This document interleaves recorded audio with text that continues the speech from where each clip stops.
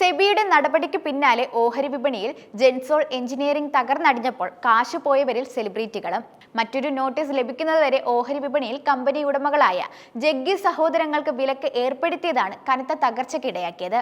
വ്യക്തിപരമായ ആവശ്യങ്ങൾക്ക് വേണ്ടി കമ്പനിയുടെ പണം വകമാറ്റിയെന്നാണ് കണ്ടെത്തൽ.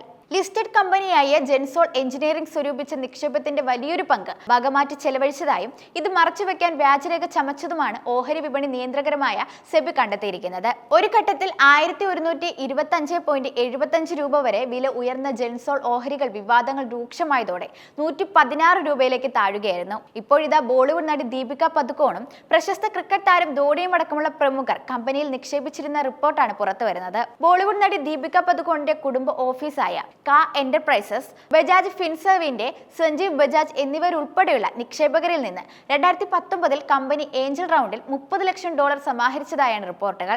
2024 ജൂലൈയിൽ സ്വിസ് ഇമ്പാക്ട് നിക്ഷേപകരായ റെസ്പോൺസ് എബിലിറ്റി, മുൻ ഇന്ത്യൻ ക്രിക്കറ്റ് ക്യാപ്റ്റൻ MS ധോണിയുടെ കുടുംബ ഓഫീസ്, റീന്യൂ ചെയർമാൻ സുമന്ത് സിൻഹ എന്നിവരുൾപ്പെടെയുള്ള നിക്ഷേപകരിൽ നിന്ന് 200 കോടി രൂപ ബ്ലൂ സ്മാർട്ട് സമാഹരിച്ചതായും റിപ്പോർട്ടുകളുണ്ട്.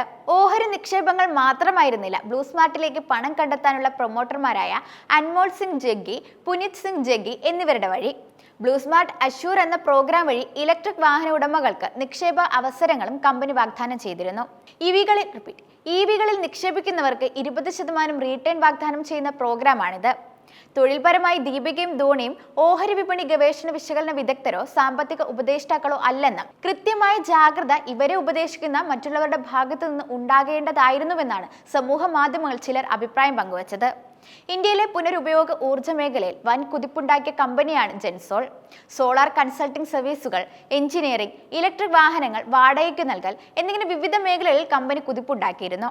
2019 ബോംബെ സ്റ്റോക്ക് എക്സ്ചേഞ്ചിലെ SMEയിൽ ലിസ്റ്റ് ചെയ്തത്. ഇത് പിന്നീട് BSE, NSEകളുടെ മെയിൻ ബോർഡിലേക്കും എത്തി.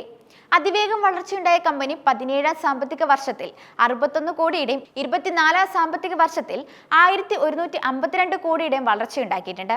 ഓപ്പറേഷണൽ ലാഭം 2 കോടിയിൽ നിന്ന് 209 കോടിയായി ഉയർന്നു. നെറ്റ് പ്രോഫിറ്റ് 2 കോടിയിൽ നിന്ന് 80 കോടിയുമായി. ഇത് ഓഹരി വിപണിയിലും പ്രതിഫലിച്ചു. വിപണി മൂലധനം 4300 കോടിയിലേക്ക് കുതിച്ചു. എന്നാൽ തട്ടിപ്പ് കണ്ടെത്തിയതിനു പിന്നാലെ ഏപ്രിൽ 11-ന് 113 രൂപയിലേക്ക് കൂപ്പുകുത്തി. കഴിഞ്ഞ വർഷം ജൂണിലാണ് വിപണിയിൽ കൃത്രിമം കാണിക്കുന്നുവെന്നും പണം വക മാറ്റുന്നുവെന്നുള്ള പരാതി സെബിക്ക് ലഭിച്ചത്.